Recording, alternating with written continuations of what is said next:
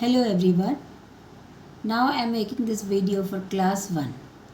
Class 1 के बच्चों को रीडिंग कैसे सिखाएं, ये वीडियो वो पेरेंट्स के लिए, टीचर्स के लिए हेल्पफुल होगी। स्टार्टिंग में बच्चों को अल्फ़ाबेट से नहीं पढ़ाना है। आप राइम की तरह ABCD बोल सकते हैं, बट जब पढ़ाने की बारी आए तो अल्फ़ाबेट्स की को फोकस करके नहीं कराना, बल्कि उनके साउंड को फोकस करना है। जनरली जैसे अल्फ़ाबेट को फोकस कैसे करते हैं, APPLE Apple. No, not like that. It should be a P L. Last E is silent.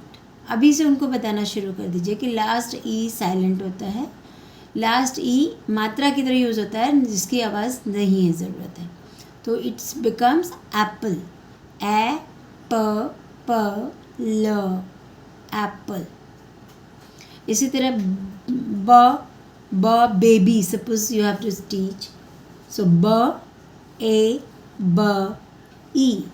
Y sound ई होता है, ये बच्चों को शुरू से बताना है। वाई का साउंड ई होता है। सो साउंड जोड़कर पढ़ाना है। सपोज आपको बैड, ब ए ड, बैड। डॉग, ड ओ ग, ओ पे पूरा मुंह खुलवाना, अच्छे से ओ की आवाज़ आनी चाहिए। ओ लाइक दैट। साउंड्स पे स्ट्रेस करना है हर बार, क्योंकि छोटे बच्चे होते हैं, जितनी बार साउंड पे स्ट्रेस करेंगे उतना ज़्यादा उनको इफेक्ट फील होगा। बच्चों को बार बार साउंड की प्रोनाउंसिएशन करानी है। जैसे ट का साउंड होता है, बच्चों को ट ऐसे नहीं कहना, ट के साउंड होता है। जैसे म का साउंड होता है। न र को क्लियर नहीं बोला, र। जो साउंड्स हैं उसको स्ट्रेस देते चलना है। तो साउंड्स जोड़कर ही पढ़ाना है। ये आप बिल्कुल रूल बना लीजिए कि आपको साउंड जोड़कर पढ़ाना है, ना कि अल्फ़ाबेट की हेल्प से। अब आता है कॉन्सोनेंट की मात्रा वॉवल होती है। कॉन्सोनेंट सारे वॉवल्स को छोड़ दीजिए। वॉवल क्या होते हैं, उनको हम कहते हैं स्वर। हिंदी की जो मात्राएं होती हैं ना, अ आ ई उ, ये जो अगर आप ध्यान दें तो क्या होता है, ए आई सी। आपके वॉवल्स कौन से होते हैं, A E I O U. These are your vowels. A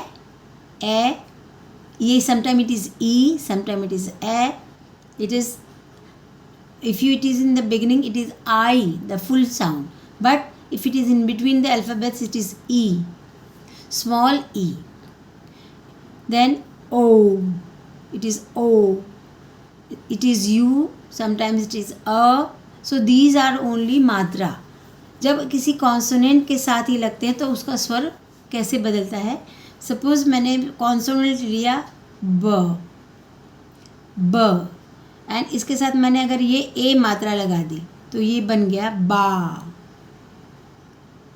suppose इसी ब को लिया और इसके साथ मैंने ई मात्रा लगा दी तो बन गया बे। ये ब लिया, इसके साथ आई मात्रा लगा दी तो बन गया बी। ब लिया, इसके साथ ओ मात्रा लगा दी तो बन गया बो। ब लिया, इसके साथ यू लगा दिया तो बन गया bucket, PU, something like that, BUT, but. So it is, ये बन गया आपका ब, ये बन गया आपका बो, ये बन गया आपका बी, ये बन गया आपका बे, और ये बन गया आपका बा। तो आपने देखा कि कॉन्सोनेंट के साथ जब ये अल्फ़ाबेट जुड़ते हैं तो ये मात्रा में कन्वर्ट होते हैं। तो जस्ट हिंदी का ही पैटर्न अगर फॉलो करें तब भी बच्चों को आप रीडिंग से अच्छे से सिखा सकते हैं। अब कई बार क्वेश्चन होता है कि चलो ब का साउंड तो ब है, लेकिन सी का कभी क हो जाता है, कभी स हो जाता है। Yes, you are right. अब हमें देखना कि सी की साउंड कब क होती है और कब स होती है। जब हम CAT कैट लिखते हैं तब इसकी साउंड हो गई क। जब हम CIRCLE, अब यहाँ पे देखिए सी के दो साउंड बन गए, ये बना हमारा स और ये बन गया हमारा क। CIR circle.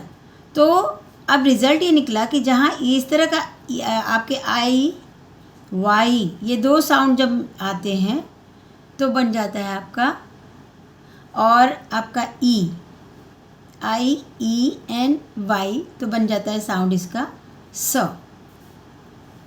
जब C के साथ I हो, C के साथ Y हो, C के साथ E हो तो बनता है स। इसके अलावा कोई भी आपका कॉन्सोनेंट होगा तो बन जाएगा क। अब हम देखते हैं एग्जाम्पल लेके। जैसे बना हमारा CELL तो ये बना हमारा सेल। CIRLE सर्कल, लास्ट के ई की साउंड नहीं आती है तो इसको लास्ट में ई सपोर्ट। अब कहते हैं क्वेश्चन में क्यों लगाते हैं, जैसे हम लोग देखिए हमारा जो ये क होता है हिंदी का, ये अगर इसके साथ आपका अ साउंड नहीं जुड़ेगा तो इसके साथ ये हलंत लगाते हैं। क बिना अ के ये हलंत वाला क बनता है, लेकिन जब एक साउंड जो इसके अंदर घुसी हुई है, इसके साथ जुड़ी हुई है ऑलरेडी, तब ये बन जाता है क। इसी तरह ये ई साउंड काम करता है। ई साउंड इसके साथ जुड़ के कंप्लीट कर देता है ल। तो लास्ट का जो ई किसी भी वर्ड में मोस्टली होता है, हम उसको प्रोनाउंस नहीं करते हैं।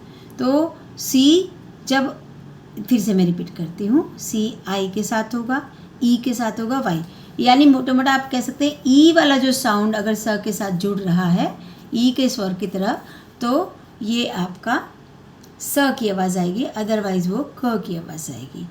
ठीक है। आइए का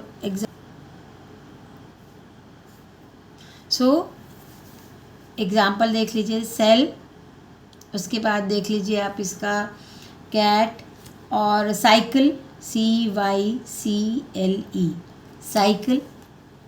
ठीक है। और भी आप अपने मर्ज़ी से एग्जांपल गेस करिए और देखिए कि क्या ये जो मैंने लॉजिक दिया वो सही है या नहीं। मैं एक बार फिर रिपीट करा देती हूँ। अल्फ़ाबेट से नहीं पढ़ाना है, बिल्कुल स्ट्रिक्ट रहना है कि नहीं पढ़ाना है तो नहीं पढ़ाना है। साउंड्स को जोड़कर ही पढ़ाना है आपको, साउंड्स को जोड़कर। अब जैसे एक रिपीट कर देते हैं, देखिए ब, क, ड, ए।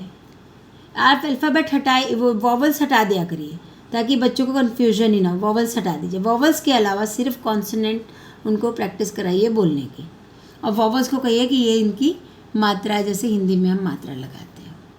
तो आई होप इतनी सारी पॉइंट्स आपको समझ में आए हों, और इसको आप अपने बच्चे को पढ़ाना शुरू करेंगे तो आप इनकी हेल्प लेंगे तो आसानी से उनको सिखा पाएंगे। Thank you.